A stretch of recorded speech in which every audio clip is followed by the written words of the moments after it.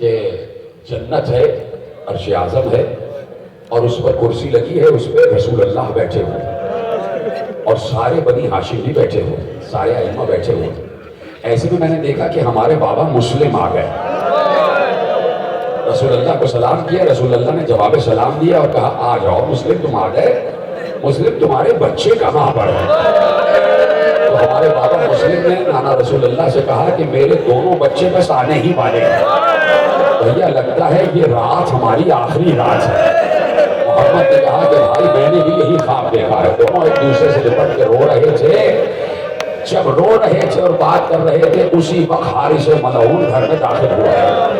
اس کو اس حجرے سے بچوں کے رونے کی آواز آئی، اس نے اپنی ساس سے پوچھا کہ کون ہے اس حجرے میں؟ کہا نہیں تیرے کان بج رہے ہیں، کوئی نہیں ہے۔ کہا نہیں مجھے آواز آ رہی ہے، آواز آ رہی ہے۔ ساس نے کہا یہاں سے ہٹ جا، کوئی نہیں ہے۔ ایک بار اس نے دروازے کو توڑنے کے انداز میں دھکا دیا، دروازہ کھلا، کمرہ بالکل اندھیرا تھا، کوئی سنائی نہیں دے رہا تھا، کوئی سجھائی نہیں دے رہا تھا۔ حارث ٹٹولتا ہوا آگے بڑھا، ٹٹولتا ہوا آگے بڑھا اور دونوں ہاتھوں سے ٹٹولتا ہوا آگے بڑھ رہا تھا۔ اچانک دونوں بھائیوں کے سروں پر اس کا ہاتھ گیا، دونوں بھائیوں کی زلفیں اس کے ہاتھ میں آ گئی، اور جب زلفیں ہاتھ میں آئی تو اس نے کہا یہ تو جیتے جاگتے بچے معلوم ہو رہے ہیں۔ اور ایک بار کہتا ہے بتاؤ تم کون ہو اور میرے گھر میں کیا کر رہے ہو؟ بچوں نے یہی کہا کہ اگر جان کی امان دیتا ہے تو بتائیں گے، چھوٹے بچے ہیں، سب کی باتوں پر یقین کرنے لگے۔ کہا بتاؤ تم دونوں کون ہو، میرے گھر میں کیا کر رہے ہو؟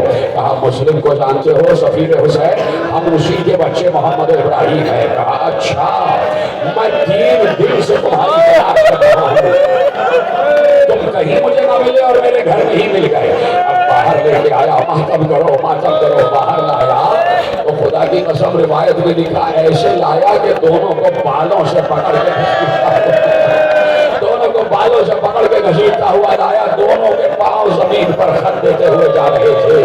پھر شہر میں ایک ستون سے دونوں بچوں کو باندھ دیا کہ صبح ابن زیاد کے دربار میں لے جاؤں گا۔ ارے لے جانا تھا تو صبح لے جاتا، پوری رات محمد کے رخسار پر تماشے، محمد کے رخسار پر تماشے، دونوں بچوں کے رخسار تماچوں سے نیلے ہو گئے۔ صبح ہوئی، بچوں کو لے کے چلا اور کہا کہ تمہارے سر کاٹ کے ابن زیاد کے دربار میں لے جاؤں گا۔ ماں قدموں پہ گر گئی، نہ کر، ایسا نہ کر، یہ فاطمہ کے گھر کے بچے ہیں، یہ رسول کے گھر کے بچے ہیں۔ ارے محشر میں فاطمہ کو کیا منہ دکھائے گا؟ اس نے کہا نہیں مجھے انعام چاہیے اور انعام مجھے زیادہ ملے گا۔ بچوں کو لے کے گیا، فرات کے کنارے چلتا رہا، جیسے ہی فرات کا کنارہ آیا کہا یہی رک جا، رک جاؤ، دونوں یہیں رک گئے، بیٹھ گئے، دونوں کو بٹھا لیا اور کہا یہیں ذبح کروں گا اور دونوں کی گردنیں کاٹ کر سر ابن زیاد کے دربار میں لے جاؤں گا۔ دونوں نے کہا کہ دیکھ ہمیں بیچ کے کچھ پیسے تجھے مل جائے، جا کے بچے حجت تمام کر رہے ہیں، حجت خدا کے گھر کے بچے ہیں، حجت تمام کر رہے ہیں، دیکھ ہمیں غلاموں کے بازار میں بیچ دے۔ کہا غلام بیچے جاتے ہیں، ہمیں بیچ دے اور بہت اچھی قیمت میں بک جائیں گے، تجھے جتنے پیسے چاہیے مل جائیں گے۔ کہا نہیں تمہیں قتل کروں گا۔ کہا اچھا ہمیں چھوڑ دے، جتنا تجھے انعام ملنے والا ہے اس سے دگنا پیسہ دلوائیں گے، ہمیں ہمارے گھر جانے دے، ہم 10-10 ہزار دینار پھر حجت تمام کی۔ کہا نہیں میں تمہیں لے جاؤں گا ابن زیاد کے دربار میں۔ کہا اچھا اگر طے ہی کر لیا ہے تو کچھ دیر رک جا۔ کہا کیوں رک جاؤں؟ کہا 2-2 رکعت نماز پڑھنے۔ کیا گریہ کر رہے ہیں خدا کے، ان گریہ کی آوازوں کو سیدہ کے اس دیار تک پہنچا دے جسے جنت البقیع کہتے ہیں۔ کہا کہ 2 رکعت نماز پڑھنے دے۔ کہا پڑھ لو اگر تمہیں نماز سے کوئی فائدہ ہو۔ دونوں بچوں نے کہا فرات سامنے ہے، وضو کرنے دے۔ کہا نہیں، اس وضو کرنے کے بہانے پانی پینا چاہتے ہو؟ میں تمہیں تشنتہن ذبح کروں گا۔ نہیں جانے دیا، پانی تک نہیں جانے دیا۔ بچوں نے وہیں تیمم کیا، اسی خاک سے تیمم کیا، اور خاک سے جب تیمم کرو تو چہرے پر خاک آ جاتی ہے نا، چہرے پر خاک آ جاتی ہے۔ یعنی بچے سمجھ رہے ہیں کہ ہم بھی کربلا ہی کا حصہ ہیں، ہماری قربانی بھی کربلا ہی کی قربانی ہے۔ اور بچوں کے ذہن میں تو تھا بھی نہیں، لیکن کیا معلوم تھا کہ عاشورے کو حسین کے چہرے پر بھی خاک ہوگی، اور وہ خاک علی اصغر کی قبر کی ہوگی۔ بچوں نے تیمم کیا، چہرے خاک سے ہٹ گئے، بچوں نے نماز پڑھی، نماز تمام ہو گئی اور بچے اللہ سے دعا کرتے رہے اور جلدی سے دعا ختم کرو، نماز اس لیے پڑھا رہے ہو کہ تاکہ تمہارا عرصہ حیات بڑھ جائے۔ ان بچوں نے دعا کی، پروردگار اس ملعون اور ہمارے درمیان جلدی فیصلہ کروا، اس کو جلد از جلد سزا دلوا۔ اس کو اور غصہ آ گیا، اس نے کہا اب ذبح کروں گا، بھائی کے سامنے بھائی کو ذبح کروں گا، بھائی کے سامنے بھائی کو ذبح کروں گا۔ محمد کی گردن کو پکڑا، ابراہیم آگے بڑھے اور محمد سے لپٹ گئے اور بار بار محمد کو اس کے ہاتھ سے چھوڑا دے کہ چھوڑ دے میرے بھائی کو، چھوڑ دے میرے بھائی کو، میرے سامنے میرے بھائی کو ذبح کر، میرے سامنے میرے بھائی کو ذبح کر۔ اس نے ابراہیم کو دور دھکا دیا، ابراہیم دور جا کے گرے، ایک بار محمد کے گلے پہ چھری چلایا ہی چاہتا تھا۔ محمد کے کرتے کا گریبان بند تھا، بٹن بند تھے، تکمہ بند تھا۔ اس نے کہا جلدی سے اپنے گریبان کے تکمے کو کھولو، جلدی سے اپنے گریبان کے تکمے کو کھولو۔ اب بچے کے ہاتھ ہے نا، چھوٹا بچہ ہاتھ کب کپا رہے تھے، بار بار ہاتھ کب کپا رہے تھے۔ جب گریبان کھلنے میں دیر ہوئی تو اس نے ہاتھ جھٹک کر گریبان کو پکڑ کر کھینچا، پورا کرتا چاک ہو گیا۔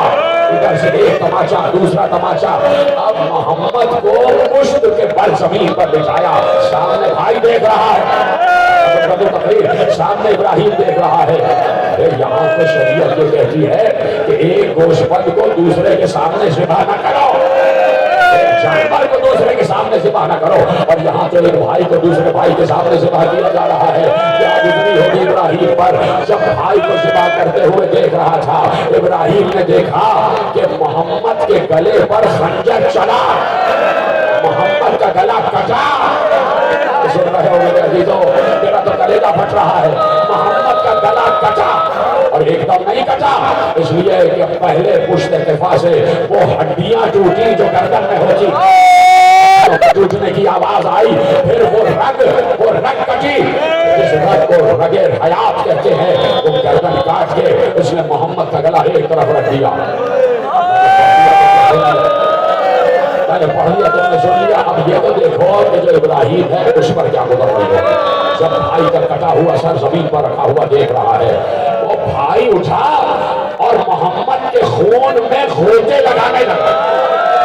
کبھی اپنے بڑے بھائی کے جسم کو چومتا ہے، کبھی بڑے بھائی کے سر کو چومتا ہے۔ ایک بار حارث آگے بڑھا، ابراہیم کو بالوں سے پکڑا، دور جھٹک دے، دور جھٹکا دے کے اور وہاں پہنچا، پھر ابراہیم کے گلے کو بھی گھمایا، گھمانے کے بعد زمین پر لٹایا، لٹانے کے بعد ابراہیم کے گلے کو بھی قطع کر دیا، دونوں بھائیوں کے سروں کو ایک طرف رکھ دیا، دونوں کے جسموں کو اٹھایا، فرات میں پھینک دیا، دونوں کے جسم ایک دوسرے سے بغل گیر ہو گئے، دونوں بھائی ایک دوسرے سے لپٹ گئے۔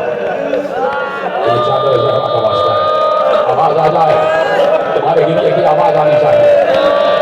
خدا میری ماں بہنوں کی گولیوں کو سلامت رکھے، خدا تمہارے بچوں کے سروں پر تمہارا سایہ سلامت رہے، آل محمد کے بچوں کے سر سے خدا تمہیں کوئی غم نہ دے، سوا ہمیں حسین کے دو ننھے کٹے ہوئے گلے سامنے رکھے تھے، اس نے دونوں سروں کو اٹھایا، اٹھانے کے بعد دو زنبیلوں میں ڈالا، دو بوریوں میں ڈالا، دو تھیلوں میں ڈالا، اور ڈال کے چلا ابن زیاد کے دربار میں پہنچا۔ دربان سے کہا، حاکم سے کہو کہ ایک شخص آیا ہے تیرے لیے قیمتی تحفہ لایا ہے، قیمتی تحفہ لایا ہے۔ دربان نے آگے بتایا، باہر ایک شخص کھڑا ہے، اس کے ہاتھ میں دو تھیلے ہیں، اور وہ کہتا ہے ابن زیاد کے لیے قیمتی تحفہ لایا ہوں۔ ابن زیاد نے کہا بلاؤ، کون ہے؟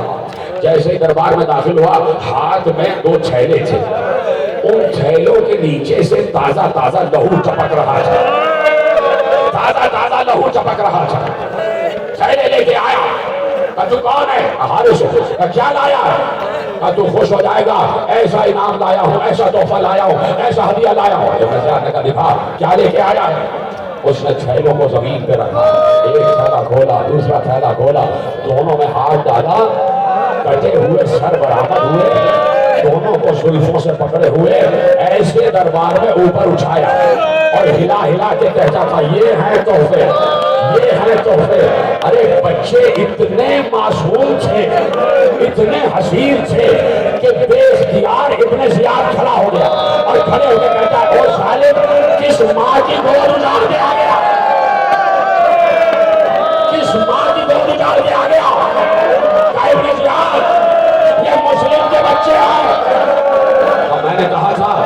زندہ لے کے آنا. اگر میں نے زندہ لاتا تو لوگ مجھے ان سے چھین لیتے, ان کو مجھ سے چھین لیتے اور میرا انعام رہ جاتا, اس لیے میں ذبح کر کے لایا. کہا تو نے میرے حکم عدولی کی ہے, میری حکم کی خلاف ورزی کی ہے, مجھے نہیں بخشوں کا کوئی انعام نہیں ملے گا. کہ لے جاؤ اسے اسی مقام پر لے جاؤ جہاں اس نے بچوں کو دفن کیا تھا, جہاں اس نے بچوں کو قتل کیا تھا. ایک بار کہتا ہے کہ کوئی ہے جو اس حارث کو لے جائے اور اس کو وہیں ذبح کر دے. ایک غلام کھڑا ہوا, کہا میں لے جاؤں گا. ابن زیاد نے کہا مجھے پتا تھا کہ تو ہی کھڑا ہوگا, اس لیے کہ مجھے معلوم ہے تو ہے تو یہاں کا, لیکن تیرے دل میں آل محمد کی محبت ہے. لے جا اس حارث کو لے جا. اس سے پہلے اب سننا, یہ جان بوجھ کے میں نے بات روکی. اس سے پہلے جب سروں کو اس نے دربار میں سامنے رکھ دیا تو ابن زیاد کی نگاہ دونوں سروں پر پڑی. اور ملعون تھا, بہت زیادہ سفاک تھا اور بہت زیادہ عیار اور مکار تھا. کبھی بھی اس کے دل میں رحم نہیں آتا. اس نے کہا یہ بچوں کے سر ہے مٹی سے اٹے ہوئے ہیں اور مٹی میں لہو گدھا ہوا, بالوں پر بھی مٹی سے ملا ہوا لہو ہے, چہرے پر بھی مٹی سے ملا ہوا لہو ہے.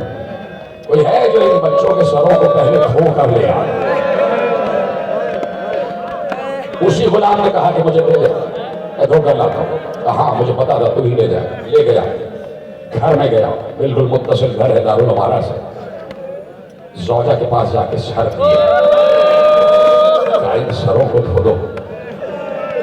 زوجہ نے سر دیکھے اور زوجہ نے ایک جملہ کہا, کاش تمہاری ماں پہلے مر چکی ہو.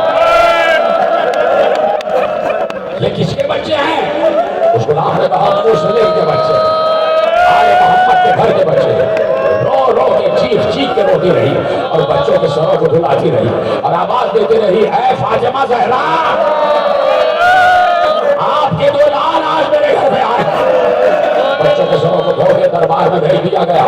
غلام سے کہا حارث کو لے جا, حارث کو لے جا اور وہیں جا کے قتل کرنا جہاں اس نے بچوں کو ذبح کیا ہے. ساتھ میں پورا مجمع ہے, بچے ساتھ ساتھ ہیں. حارث کو پتھر مارتے ہوئے بچے جا رہے ہیں اور اس غلام نے حارث کے ہاتھوں کو رسی سے باندھا ہوا ہے. اور جیسے ہی فرات کے کنارے آیا تو دیکھا, اس غلام نے دیکھا کہ وہاں کچھ خون کے قطرے پڑے ہوئے ہیں اور وہ خون کے قطرے فرات تک جا رہے ہیں. اس غلام نے حارث سے پوچھا یہ کیا ہے؟